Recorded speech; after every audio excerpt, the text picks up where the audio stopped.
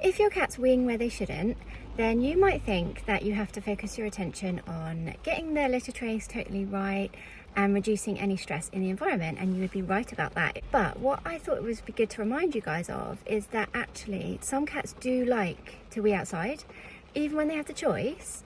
Even if you have perfect litter trays, sometimes they might still prefer to go outside.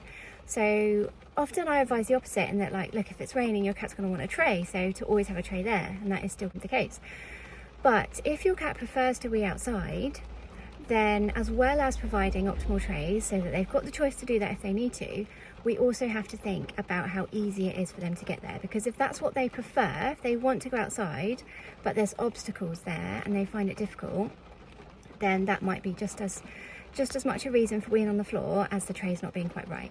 So have a think about the actual outside space. So where have they got to wee? Like, have they got a suitable toileting area that works in the rain and isn't super exposed and that they like to go? So you might want to think about having like an outside litter tray, or designating an area of your garden where there's not really like much cat traffic coming past, and they're not having to force to go into other people's gardens to wee or poo there.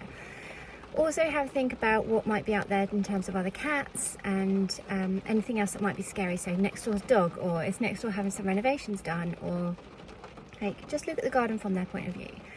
Also think about the cat flap and how easy it is for them to get out. So think about how, like, if there's a step going up and down, like whether they can easily get through it, and how exposed they are when they get on the outside. Sometimes they need a little bit of like seclusion around the outside so they can poke their head out and be like, okay, the coast is clear, and then go out, rather than just opening the door and finding themselves exposed to every other cat that might be hanging out there.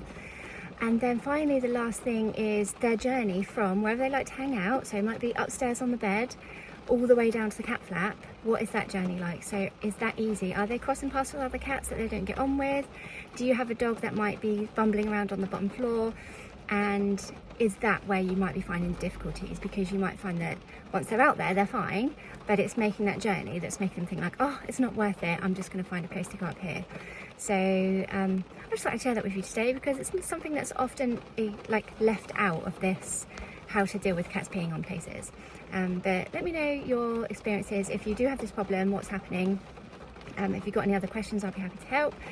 And hope you guys are keeping well. But I will see you next week for another video. Take care. Bye.